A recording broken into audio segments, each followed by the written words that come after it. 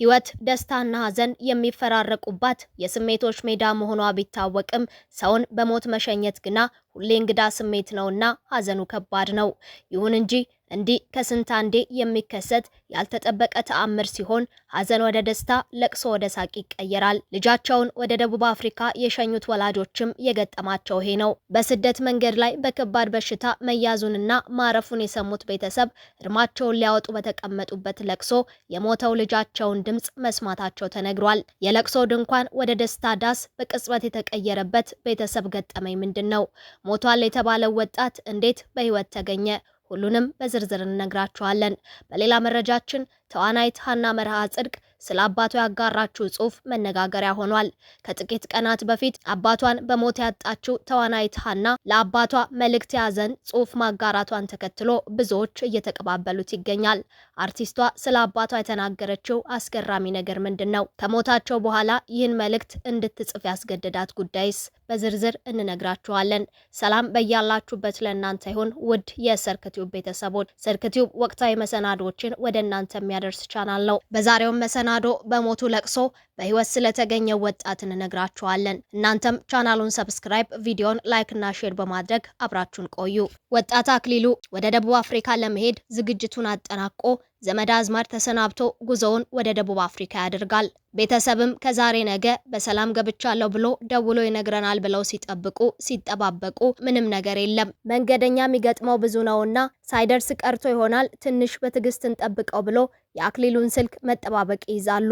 በዚህ መካከል ግን ከአክሊሉ ጋር ተነጋግሮ ወደ ደቡብ አፍሪካ እንደሚያደርሰው የተነጋገረው የጉዞ ደላላ ቤተሰብ ጋር ይደውልና አክሊሉ መንገድ ላይ በድንገት በወባ በሽታ መታመሙንና በበሽታው ምክንያትም ህይወቱ ማለፉን ለቤተሰብ ያረዳል።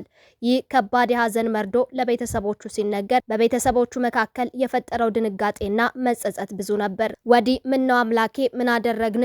የሰው ልጅ ሁሉ ሄዶ ሰርቶ ሲያልፍለት እኛን ምነው እንዲያደረከን የሚል ሲሆን፣ ወዲያ ደግሞ ምን አለ ባልሄደ እዝቹ ከኛ ጋር እንደ ፍጥር ጥሩ በሆነ የሚል ጸጸት ተሰምቷቸው ነበር። በአክሊሉ ሞት ከልቡ ያዘነው ዘመድ አዝማድም ሁሉም ከያለበት እየተሰባሰበ በመምጣት እንደ ሀገሬው ባህልና ወግ መሰረት ሐዘኑን ይደርስ ጀመር።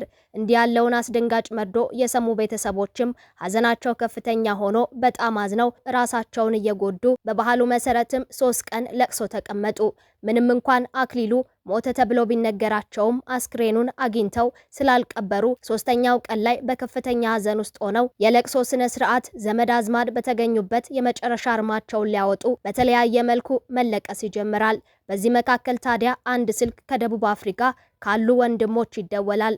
በዚያው ስልክ ጥሪም ሞተ ተብሎ ህዝብ ያዘነለት ዘመድ አዝማዱ ሁሉ ደምን ባያለቀሰለት አክሊሉ አለመሞቱን ወንድማችን በህይወት አለ፣ አሁን ሀገር አሳብሮ አቆራርጦ እኛ ጋር ሊመጣ እየተቃረበ ነው፣ አሁን የሚገኘው ዛምቢያ የምትባል ሀገር ውስጥ ነው፣ ነገሮች ሲመቻቹለትና ደህና ሲሆን ሊመጣ እየተዘጋጃጀ ነው ብለው ነገሩን ያረጋግጣሉ። ቤተሰብ ላለፉት 3 ቀናት ደረት እየደቃ እንባ እያረጨ ያለቀሰለት አክሊሉ በህይወት መኖሩን አላምን ይላሉ። በዚህ ጊዜም እንግዲያውስ ስንኩ ስልኩንና ራሳችሁ ደውላችሁ አረጋግጡ ብለው ወንድሞቹ የአክሊሉን የዛምቢያ ስልክ ቁጥር ይሰጧቸዋል። ቤተሰብም እውነቱን ለማረጋገጥ አክሊሉ የሚገኝበትን የዛምቢያ ስልክ ተቀብለው ሲደውሉ የሰሙትን ድምጽ ማመን አቃታቸው። የእውነት አክሊሉ ለመሆኑ መልሰው መላልሰው የተለያዩ ጥያቄዎችን ይጠይቁት ያዙ። እውነትም ልጁ ራሱ አክሊሉ ነበር።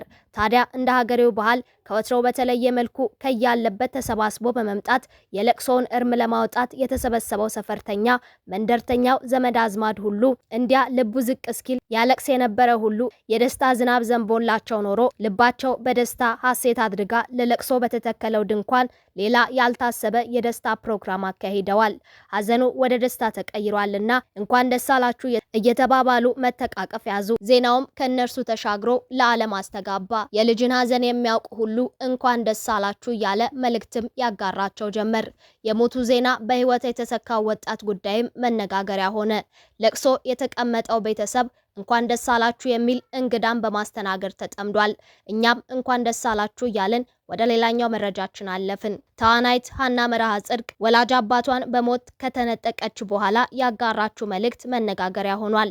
አርቲስቷ ስለ አባቷና ለአባቷ ያስተላለፈችው መልእክትም እንዲህ ይላል። መላከ ፀሐይ መርሃ ጽድቅ ጥሩነህ የቅኔ የውዳሴ ማርያም የቅዳሴ ትርጓሜ የባህር ሐሳብ የድጓ መምህር የቤተልሔም ዜማ እንዲሁም የብዙ ዕውቀት ባለቤት ሊቁ አባቴ የደግነት ጌታ የመስጠት አለቃ ሩሩ ቸር ቅን ተጫዋች ልባም ህልመኛ ታጋሽ ትሁት ታዛዥ አገልጋይ አምላኩን እድሜውን ሙሉ ያገለገለ ቤተክርስቲያን እንደሳቸው አይነት ሊቅ አባት ለማግኘት 40ና 50 ዓመት ይፈጅብናል ስትል የንስሐ ልጆቹ ደግሞ እርሳቸውን የመሰለ አባት መቼም አናገኝም። እኔ የበኩር ልጁ ለኔ መከታዬ ጥላዬ ከለላዬ ክብሬ ማዕረጌ መታወቂያዬ ጸሎቴ መሸሸጊያዬ ሳቄ ሚስጥሬ ሞገሴ ብቻ ብዙ ከሱ ስለተወለድኩኝ በእጆቹ ስላደግኩኝ በማንነቱ ስለተሰራው እግዚአብሔርን አመሰግነዋለሁ።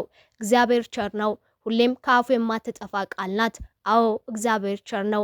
ቤተክርስቲያን የምትሳሳለት የንስሐ ልጆቹ የሚያምኑትና የሚወዱት ቤተሰቦቹ የሚኮሩበት አባት ስለሆንክ አመሰግናለሁ። ብዙዎች አንተን መሆን ስለሚመኙ ምሳሌ አርአያ የሆንክ እግዚአብሔርን የሚያውቅ ለእግዚአብሔር የታመነ እግዚአብሔርን የሚሰብክ ለእርሱ የኖረ እግዚአብሔርም የሚያከብረው ሰው ስለሆንክ ሁሌም እኮራብሃለሁ። እኔንም ለአምላክህ አደራ ስለሰጠኸኝ አሁን የአባቴ አምላክ አለ እላለሁ። ሁሌ እንደምትለው እግዚአብሔር ቸር ነው።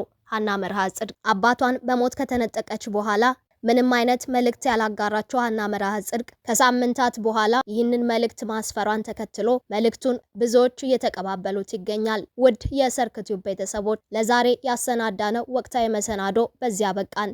ዳግም በሌሎች ወቅታዊ ጉዳዮች እስክንገናኝ በያላችሁበት ሰላም